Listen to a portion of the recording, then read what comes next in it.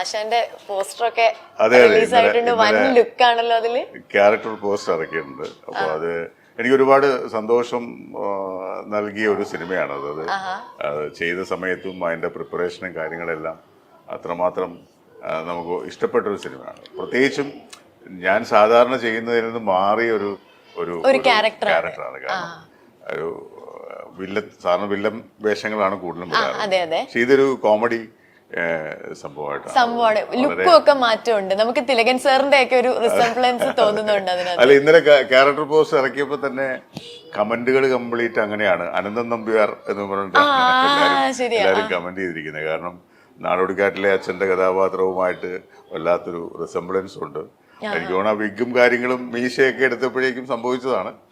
അപ്പോ അങ്ങനെ അത് സന്തോഷമുള്ളൂ. കാരണം അച്ഛനുമായിട്ട് അച്ഛൻ്റെ ഒരു സാദൃശ്യം വരുന്നുണ്ടല്ലോ, അല്ലെങ്കിൽ അത് അച്ഛനുമായിട്ടാണല്ലോ എല്ലാവരും നമ്മളെ ഇത് ചെയ്യുന്നത് എന്നുള്ളത് സന്തോഷമുണ്ട്.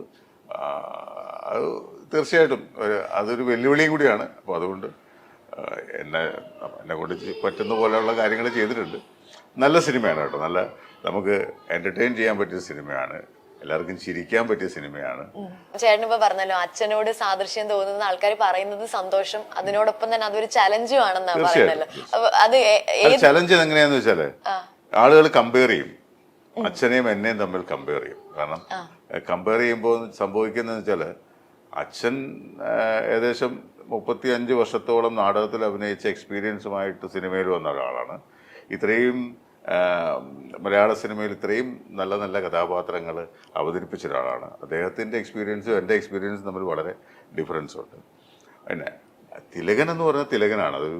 ഒരു എന്താ പറയുക, നമുക്ക് അതിന് പകരം വയ്ക്കാൻ വേറൊരാള് വരുമെന്ന് എനിക്ക് വിശ്വാസമില്ല. എനിക്ക് പുള്ളിക്ക് പകരമാകാൻ സാധിക്കുകയില്ല. കാരണം അത്രമാത്രം ഉയരങ്ങളിൽ നിൽക്കുന്ന ഒരാളാണ് എൻ്റെ അച്ഛൻ. അപ്പോൾ ആ അച്ഛനുമായിട്ട് എന്നെ കമ്പയർ ചെയ്യുമ്പോൾ സ്വാഭാവികമായിട്ടും അതിൻ്റെ തട്ട് താഴ്ന്നു നിൽക്കുന്നത്, അല്ലെങ്കിൽ അച്ഛൻ്റെ തട്ട് തന്നെയായിരിക്കും എപ്പോഴും താഴ്ന്നു നിൽക്കുന്നത്. അത് ഒരിക്കലും എനിക്കതിന് താഴോട്ട് പോകാൻ പറ്റില്ല. അല്ലെങ്കിൽ ഞാൻ തുലാസിന്റെ കാര്യം പറഞ്ഞു, അച്ഛൻ്റെ തട്ട് തന്നെ എപ്പോഴും താഴ്ന്നു നിൽക്കുള്ളൂ. ഇനി ഞാൻ മുകളിൽ തന്നെ നിൽക്കും. കാരണം പുള്ളിയായിട്ട് എനിക്ക് ഒരിക്കലും ബീറ്റ് ചെയ്യാൻ പറ്റില്ല. അത്രമാത്രം ജീനിയസ് ആണ് അദ്ദേഹം. അപ്പോൾ അത് ഞാൻ എപ്പോഴും അത്ഭുതത്തോടെ നോക്കി നിൽക്കുന്നത്. എൻ്റെ അച്ഛനാണെങ്കിൽ പോലും അത്ഭുതത്തോടെ നോക്കി നിൽക്കുന്ന ഒരാളാണ് ഞാൻ. അപ്പോൾ അതുകൊണ്ട് ആ കമ്പാരിസൺ പാടില്ല എന്നുള്ളത് മാത്രമേ ഉള്ളൂ. ഞാൻ വോയിസ് കൊടുക്കുന്ന ആ ഒരു മേഖലയിലേക്ക് സംസാരിച്ചു കഴിഞ്ഞു കഴിഞ്ഞാൽ യൂട്യൂബിൽ കുറെ വീഡിയോസ് ഒക്കെ വരും ചേട്ടാ. അതായത് ഇങ്ങനെ ചേട്ടൻ ഡബ് ചെയ്തിട്ടുള്ള ഷോർട്ട് ക്ലിപ്സ് ഒക്കെ കൊടുത്തിട്ട് ഇതൊക്കെ ഇദ്ദേഹമാണ് ചെയ്തത് എന്ന് പറഞ്ഞിട്ട് ചെയ്ത കുറെ സിനിമകൾ വെച്ചിട്ട് ക്ലിപ്സ് വരും. അപ്പൊ അതിന്റെ താഴെയൊക്കെ കുറെ കമന്റ്സ് ആണ്, അയ്യോ ഇത് ശോഭിയായിരുന്നു ചെയ്തത്, അല്ലെങ്കിൽ ഇന്ന ക്യാരക്ടറിന് ശോഭിയുടെ വോയിസ് ഭയങ്കര മാച്ചാണ് എന്നൊക്കെ പറഞ്ഞിട്ട് ഒരുപാട് കമന്റ്സ് വരും. അപ്പം ചേട്ടൻ ഈ അന്യഭാഷ ചിത്രങ്ങൾ മലയാളത്തിൽ ഡബ് ചെയ്യുമ്പോൾ ഇപ്പം ഓംപുരിക്കൊക്കെ സൗണ്ട് കൊടുത്തിട്ടുണ്ട്, രാം ചരണിന് സൗണ്ട് കൊടുത്തിട്ടുണ്ട്. അപ്പം അന്യഭാഷ മലയാളത്തിലേക്ക് ഡബ് ചെയ്യുമ്പോൾ നമ്മളെ അവർ വിളിക്കുന്ന ആ ഒരു പ്രോസസ് എങ്ങനെയാ ചേട്ടാ? അല്ല, അത് സ്വാഭാവികമായിട്ട് ഇപ്പൊ എനിക്ക് ഏറ്റവും കൂടുതൽ ഞാൻ ചെയ്തിട്ടുള്ളതെന്ന് പറയാൻ നമ്മുടെ സുദീപിന് വേണ്ടിയിട്ട് ഈച്ച പോലുള്ള സിനിമ ചെയ്തിട്ടുണ്ട്. പിന്നെ രാജമൗലി സാറിന്റെ പടങ്ങൾ മിക്കവാറും എല്ലാ പടങ്ങളും ഞാൻ ചെയ്തിട്ടുണ്ട്. ഇപ്പോൾ ബാഹുബലി ആയാലും 1 and 2 ചെയ്തിട്ടുണ്ട്. റാണ ദഗുപതിക്കാണ് ചെയ്തത്. അതുപോലെ തന്നെ RRRലാണ് രാം ചരണിന് വേണ്ടിയിട്ട് ഡബ് ചെയ്തത്. പിന്നെ ഈച്ചയില് സുദീപിന് വേണ്ടി ചെയ്തു. അപ്പൊ ഇതൊക്കെ ഇതിന്റെ എല്ലാം. അതുപോലെ തന്നെ വേറെ സോനു സൂദ് ഹിന്ദിയിലെ, അദ്ദേഹത്തിന് വേണ്ടിയിട്ടൊരു തെലുങ്ക് പടം, അതിന്റെ പേര് ഞാൻ അരുന്ധതി എന്ന് പറഞ്ഞ സിനിമയിൽ സോനു സൂദിന് വേണ്ടി ചെയ്തു. അപ്പൊ ഇതൊക്കെ ഇതിന്റെയൊക്കെ പോസ്റ്റ് പ്രൊഡക്ഷൻ ഉള്ള ഇതൊക്കെ മലയാളത്തിലേക്ക് ട്രാൻസ്ലേറ്റ് ചെയ്ത് എഴുതിയ ആള് മങ്കൊമ്പ് ഗോപാലകൃഷ്ണൻ സാർ. അപ്പോൾ അദ്ദേഹമാണ് നമ്മളെ, അദ്ദേഹത്തിന് എന്നെ കുറിച്ച് വളരെ നന്നായിട്ട് അറിയാം.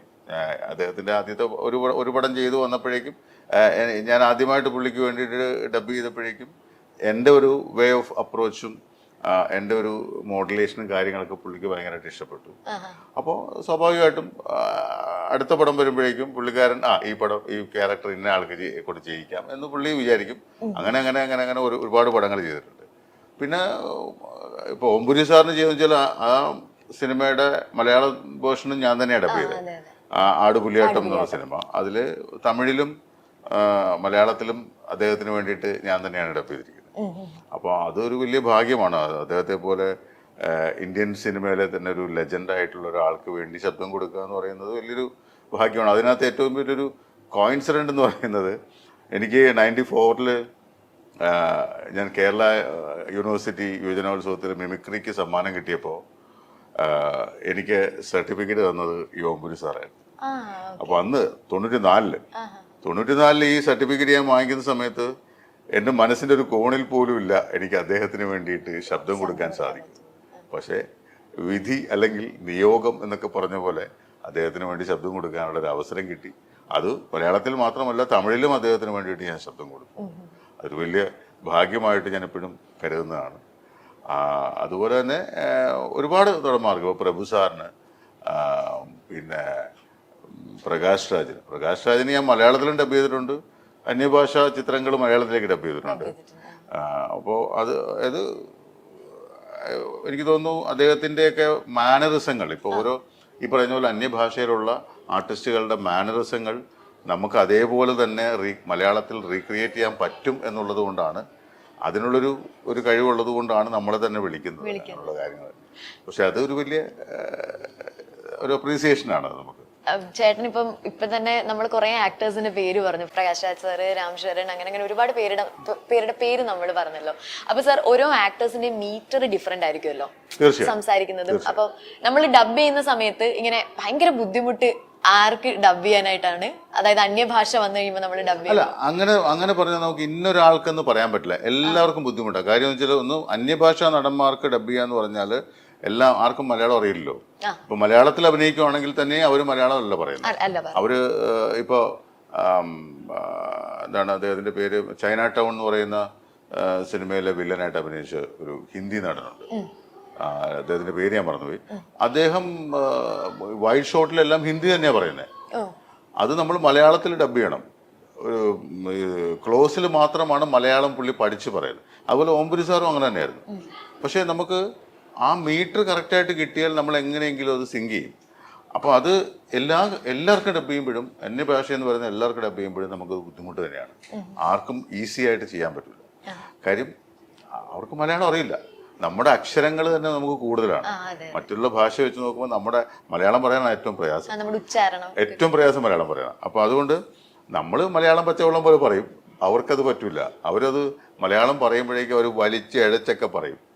അത് സിങ്ക് ചെയ്യുക എന്നുള്ളതാണ് ഏറ്റവും വലിയ പ്രയാസം എന്ന് പറയുന്നത്. ഞാൻ പറഞ്ഞില്ലേ, ഒരു നടന് വേണ്ടി ഞാൻ ഡബ് ചെയ്തിട്ട് പരാജയപ്പെട്ടു പോയിട്ടുണ്ട്. എനിക്ക് പറ്റിയില്ല.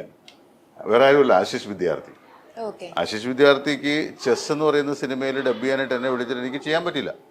കാരണം അദ്ദേഹത്തിന്റെ ലിപ്പിൽ എനിക്ക് ഡബ് ചെയ്യാൻ പറ്റുന്നില്ല. ഞാൻ ഡബ് ചെയ്ത് കഴിഞ്ഞിട്ടുണ്ടെങ്കിൽ നമ്മുടെ പഴയ കാലത്ത് കാസറ്റൊക്കെ വലിയില്ലേ, ആ വലിയുമ്പോൾ ഉള്ള ശബ്ദമില്ലേ, അതുപോലെ ഫീൽ ചെയ്യും. കാരണം അത്രയ്ക്ക് വലിച്ചഴച്ച് പറഞ്ഞാലേ സിംഗാവുള്ളൂ. എന്നിട്ട് പിന്നെ എന്ത് ചെയ്തു, അവര് ആ ക്യാരക്ടറിനെ തമിഴാക്കിയിട്ട് തമിഴ് ചെയ്തു, ആ ക്യാരക്ടറിനെ തമിഴാക്കി. പക്ഷെ അതിനുശേഷം ഞാൻ ആശിഷ് വിദ്യാർത്ഥിക്ക് ഡബ് ചെയ്തിട്ടുണ്ട്. തമിഴാക്കാൻ പറ്റൂല, മലയാളത്തിൽ തന്നെ ചെയ്തേ പറ്റുള്ളൂ എന്ന് പറഞ്ഞിട്ട് ഞാൻ ചെയ്തിട്ടുണ്ട്. സുരേഷ് ഗോപിയുടെ ഒരു പടത്തിൽ അദ്ദേഹത്തിന് വേണ്ടി ഡബ് ചെയ്തു. വേറെ കുറെ IG എന്ന് പറഞ്ഞ പടത്തിൽ ഡബ് ചെയ്തു. അപ്പോൾ പക്ഷെ ആ സമയത്ത് എനിക്ക് തോന്നുന്നത്, ഒന്നുകിൽ ആശിഷ് വിദ്യാർത്ഥി മലയാളം കുറച്ച് പഠിച്ചാണ്, അല്ലെങ്കിൽ ആ പടത്തിൽ ആ കഥാപാത്രത്തിൽ പുള്ളി കുറച്ച് മാറ്റം വരുത്തിയിട്ടുണ്ടാവും. അതുകൊണ്ട് എനിക്ക് ഡബ് ചെയ്യാൻ പറ്റും. അങ്ങനെ എല്ലാവരും നമുക്ക് ഇപ്പോൾ ഒരു തെലുങ്ക് പടം നമ്മൾ മലയാളത്തിലേക്ക് ചെയ്യുമ്പോൾ നമുക്ക് ചില കോംപ്രമൈസുകൾ നമ്മൾ ചെയ്തേ പറ്റുള്ളൂ. അപ്പം അതിനൊക്കെ പ്രയാസം. ഈ അരുന്ധതി എന്ന് പറയുന്ന സിനിമ ചെയ്യാനായിട്ട് 4 ദിവസം കൊണ്ട് ഞാൻ ഡബ് ചെയ്ത്. ഈ 4 ദിവസം എന്ന് വെച്ചാൽ കട്ടപ്പണിയാണ്, ഭയങ്കര ബുദ്ധിമുട്ടുള്ള പരിപാടിയാണ്. പക്ഷെ അത് ആ അഭിനയിച്ച ആർട്ടിസ്റ്റിന്റെ പ്രശ്നമല്ല, ആ ക്യാരക്ടർ അങ്ങനെയാണ്, കഥാപാത്രം അങ്ങനെ ആയതുകൊണ്ടാണ്. അപ്പം അത് എല്ലാ കഥാപാത്രവും നമുക്ക് ബുദ്ധിമുട്ട് തന്നെയാണ് ചെയ്തു ഫലിപ്പിക്കാൻ. അതായത് നല്ല രീതിയിൽ ചെയ്ത് ഫലിപ്പിക്കാൻ ബുദ്ധിമുട്ട് തന്നെയാണ്. അതിന് നമ്മൾ ഒരുപാട് എഫേർട്ട് എടുക്കണം.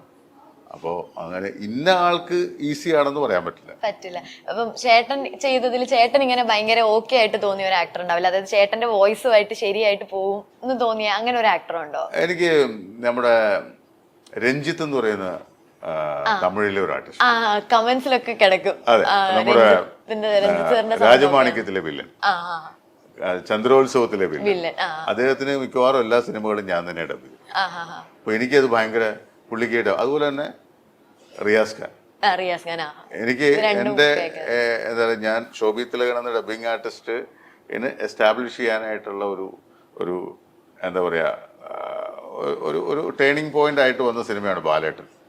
ആ ബാലേട്ടനിൽ റിയാസ് ഖാന് വേണ്ടിയിട്ട് ശബ്ദം കൊടുത്തത് ഞാനാണ്. ആ കഥാപാത്രമാണ് എന്നെ ഹിറ്റാക്കിയതും ഒരുപക്ഷെ റിയാസ് ഖാനെ ഹിറ്റാക്കിയതും ആ കഥാപാത്രമാണ്. അപ്പോൾ അതുകൊണ്ട് എനിക്കെപ്പോഴും ഭയങ്കര ഇഷ്ടമുള്ള, അപ്പോൾ ഞാൻ അദ്ദേഹത്തിനോട് ഒരുപാട് സിനിമകൾ ഡബ് ചെയ്തിട്ടുണ്ട് റിയാസ് ഖാന്. എനിക്കതും പുള്ളിക്കും ഡബ് ചെയ്യാൻ വളരെ ഈസിയാണ്. കാരണം നമുക്ക് വഴങ്ങുന്ന ഒരു രീതിയില്ല. അതുപോലെ ഒരുപാട് പേരുണ്ട് അങ്ങനെ. പിന്നെ പറയാം, ഇപ്പം ആശിഷ് വിദ്യാർത്ഥി, അദ്ദേഹത്തിന് ഒരുപാട് ക്യാരക്ടേഴ്സ് ചെയ്തിട്ടുണ്ട്. പിന്നെ പറയുകയാണെങ്കിൽ ഈ പ്രകാശ് രാജ് എനിക്ക് ഭയങ്കര ഇഷ്ടമാണ്. കാരണം എനിക്ക് ഭയങ്കര ഇഷ്ടമാണ് അദ്ദേഹത്തിൻ്റെ ആക്ടിങ്. എനിക്ക് ഇഷ്ടമാണ് അദ്ദേഹത്തിൻ്റെ മാനറിസങ്ങൾ ഭയങ്കര ഇഷ്ടമാണ്. അതൊക്കെ നമ്മൾ വോയിസ് ഒരിക്കലും വോയിസ് ഇമിറ്റേറ്റ് ചെയ്യാനല്ല നോക്കുന്നത്. നമ്മൾ നോക്കുന്നത് അയാളുടെ സ്റ്റൈലാണ്. നമ്മുടെ വോയിസ് തന്നെ ആ സ്റ്റൈലിലേക്ക് മാറ്റുമ്പോൾ ഒരു ഡിഫറൻസ് വരും. പിന്നെ എടുത്തു പറയേണ്ട ഒരു കാര്യമുണ്ട്, മമ്മൂക്കയ്ക്ക് വേണ്ടിയിട്ട് 3 സിനിമ തമിഴിൽ ഡബ് ചെയ്തു. അതാണ് എനിക്ക് എൻ്റെ ഞാൻ പറയാം, ലൈഫിൽ എനിക്ക് 2 ഭാഗ്യങ്ങളാണ് ഉണ്ടായിട്ടുള്ളത്. ഒന്ന്, എൻ്റെ അച്ഛന് വേണ്ടി ഇതിനെ ഡബ് ചെയ്യാൻ പറ്റിയിട്ടുണ്ട്. 2-3 സിനിമ ഞാൻ അച്ഛന് വേണ്ടി ഡബ് ചെയ്തിട്ടുണ്ട്. അതുപോലെ തന്നെ മമ്മൂക്കയ്ക്ക് വേണ്ടിയിട്ട് ചെയ്തു. കാരണം നമ്മൾ ആരാധിക്കുന്ന ആൾക്കാർക്ക് വേണ്ടിയിട്ട് ശബ്ദം കൊടുക്കാൻ സാധിക്കുക എന്ന് പറയുന്നത് വലിയ കാര്യമല്ലേ. മമ്മൂക്കയുടെ ഗ്രേറ്റ് ഫാദർ, പുതിയ നിയമം, യാത്ര എന്ന് പറയുന്ന തെലുങ്ക് സിനിമ, ഈ 3 സിനിമയും തമിഴിൽ പുള്ളിക്ക് വേണ്ടി ഡബ് ചെയ്തിരിക്കുന്ന ഞാനാണ്. അത് ഭയങ്കര ഒരു എക്സ്പീരിയൻസ് ആയിരുന്നു എനിക്ക്. കാരണം അദ്ദേഹത്തിൻ്റെ മലയാളവും യാത്ര ചെയ്തപ്പോൾ തെലുങ്കും കേട്ടു, മലയാളവും കേട്ടിട്ടാണ് ഞാൻ തമിഴ് ചെയ്തത്. അപ്പോൾ പുള്ളിയുടെ മോഡുലേഷൻ തന്നെ പിടിച്ച് മാക്സിമം ചെയ്യാനായിട്ട് ഞാൻ ഒരിക്കലും വോയിസ് ഇമിറ്റേറ്റ് ചെയ്യും. പണ്ട് മിമിക്രി ചെയ്തിട്ടുണ്ടെങ്കിൽ ഇപ്പം മിമിക്രി ഒന്നും ഇല്ല, അതുകൊണ്ട് തന്നെ വോയിസ് ഇമിറ്റേറ്റ് ചെയ്തിട്ടില്ല, സ്റ്റൈലാണ് ഇമിറ്റേറ്റ് ചെയ്യുന്നത്. ഇത് കഴിഞ്ഞിട്ട് മമ്മൂക്കയോട് ഇല്ല, മമ്മൂക്കയോട് ഇതുവരെ എനിക്ക് പറയാനുള്ള ധൈര്യം ഉണ്ടായിട്ടില്ല. ഓക്കെ.